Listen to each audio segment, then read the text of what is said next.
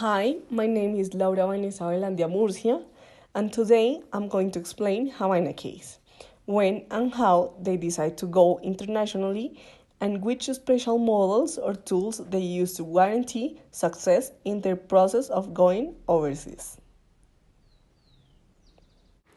Havanna is an Argentinian brand founded in 1947, specialized in their beginnings on producing and selling alfajores, a common Argentinian reference as a gift. Nowadays, they make more than that.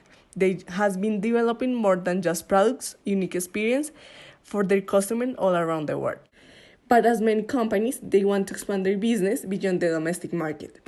That's why they decide to take advantage of pressures and changes in the market in order to go overseas. An example of this was the economic crisis in 2001 in Argentina, where millions of tourists want to go to visit this place. Havanna's main goal was to achieve high level of profits. They know that going internationally will ensure the use of economies of scale because millions of alfajores were going to be sold. Also, the crisis led people from many other countries know the brand because Havanna is a typical gift you bring from there. But every success comes with a competitive environment behind. For 1998, the market of alfajores in Argentina had around 20 brands all selling the same products. So Havanna saw that the domestic market was saturated and that there were too much competitive pressures such as prices and quality fights. Once they decided that was time to go overseas, they proved different methods that never gave results. One of them was to open Havanna stores where they were going to sell their alfajores and around 300 more typical products from Argentina.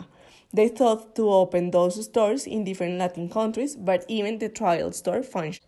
Even though there were many competitors at that time in the alfajor industry, Havanna had three main competitors in Argentina. They are Guaymallén, Cachafaz, and Capitán del Espacio. They try to follow Havanna business model and their products. They compete the most in terms of prices and quality with Cachafaz. The process includes the elimination of Havanna stores and the rise of a unique cafeteria service. They reduce the possibility of selling hundreds of products that weren't produced by Havanna. And finally, they create a new concept of the brand by mixing their high quality alfajores with the famous beverage, the coffee, and adding the Havanna quality. The Blue Ocean strategy created by Havanna consists of moving from selling a product to sell also services.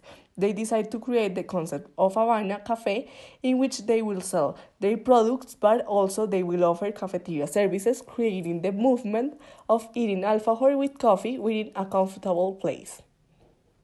Once Havanna applied the ERRC model, they could compare their performance with the ones of their competitors. They could see that Cachafaz always tried to follow their steps, but Havanna always worked to be the best on what they do. As the strategic canvas shows, they occupy a high position in most of the items valued. First, Havanna tried the Havanna Cafe concept in Argentina, where it was totally successful. Then they look up for countries in Latin America, but also they bet Spain because they thought it was a really good opportunity to enter in the European market. Since they speak Spanish, it will be easier to adapt. But there wasn't just to see where they want to go. In 1998, they decided to sell the company in around $80 million to Excel Group, which were the ones that developed the internationalization model, but unfortunately, they didn't manage the indebtedness. And when the crisis arrived 2 years later, they sell it again to D&G Group.